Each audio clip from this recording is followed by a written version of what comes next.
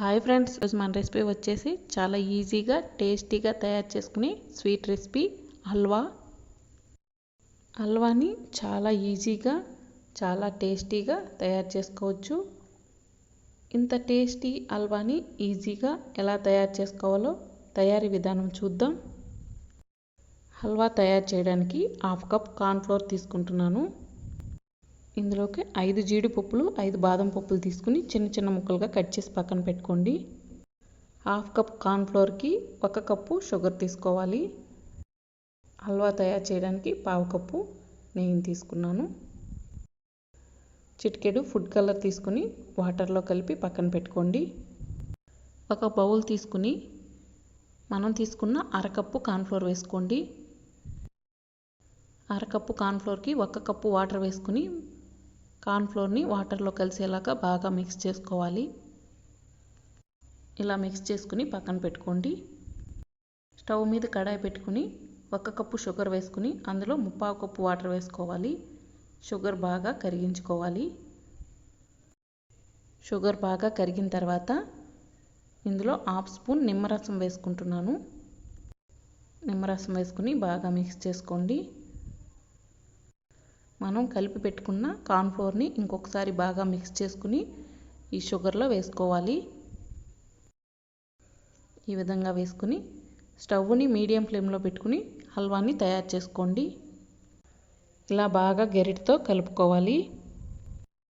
Sugar cornflour అంతా కలిసిన తర్వాత ఇందులో మనం తీసుకున్న నెయ్యిని కొంచెం కొంచెంగా వేసుకుంటూ బాగా గరిటెతో కలుపుకోండి. నెయ్యిని ఒకేసారి వేసుకోకుండా ఇలా కొంచెం కొంచెంగా యాడ్ చేసుకుంటూ గరిటెతో మిక్స్ చేసుకోండి.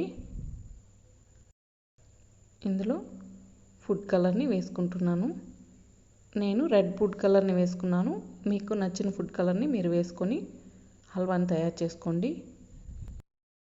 ఫుడ్ కలరు బాగా కలిసేంత వరకు గరిటెతో కలుపుకోండి. చివరగా మిగిలిన నెయ్యిని కూడా వేసుకుని బాగా మిక్స్ చేసుకోండి. స్టవ్ని మీడియం ఫ్లేమ్లో పెట్టుకుని మాత్రమే హల్వా తయారు చేసుకోండి. ఇలా ముద్దగా అయ్యేంత వరకు గరిటెతో కలుపుకుంటూ ఉండాలి. ఇలా బాగా దగ్గర పడిన తర్వాత మనం కట్ చేసి పెట్టుకున్న డ్రై ఫ్రూట్స్ని కూడా ఇందులో వేసుకోండి. వీటన్నిటిని హల్వాలో కలిసేలాగా బాగా మిక్స్ చేసుకోండి. ఇలా బాగా మిక్స్ చేసుకుని ఇంకొక 2 నిమిషాలు మీడియం ఫ్లేమ్లో ఉడికించుకుంటే చాలా ఈజీగా టేస్టీగా తయారు చేసుకుని హల్వా మనకి రెడీ అయిపోతుంది. ఇలా ముద్దగా వస్తే హల్వా రెడీ అయిపోయినట్లే. స్టవ్ ఆఫ్ చేసుకోండి. అడుగు చదరంగా ఉన్న ఒక బాక్స్ తీసుకుని అందులో కొంచెం నెయ్యిని రాసుకోవాలి. నెయ్యి రాసుకున్న ఈ బాక్స్లోకి హల్వాని వేసుకోండి. బాక్స్లోకి వేసుకుని హల్వాని చల్లారబెట్టుకోవాలి. చివరగా హల్వా పైన నేను కొద్దిగా బాదం పలుకులు జీడిపప్పు పలుకులు వేసుకుంటున్నాను. ఇలా వేసుకుని హల్వాని చల్లారబెట్టుకోండి. చల్లారిన తర్వాత ఒక ప్లేట్ తీసుకుని హల్వాని ఇలా వేసేసుకోండి. చూసారుగా, చాలా ఈజీగా టేస్టీగా హల్వాని ఇలా తయారు చేసుకోండి.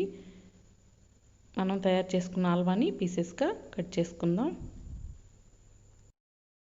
ఇలా పీసెస్గా కట్ చేసుకోండి. చూసారుగా, అచ్చం స్వీట్ షాప్లో లాగా ఈజీగా టేస్టీగా హల్వాని ఇలా తయారు చేసుకోండి. టేస్ట్ అయితే చాలా బాగుంటుంది. ఇలాంటి టేస్టీ సింపుల్ రెసిపీస్ కోసం మా ఛానల్ని తప్పకుండా సబ్స్క్రైబ్ చేసుకోండి.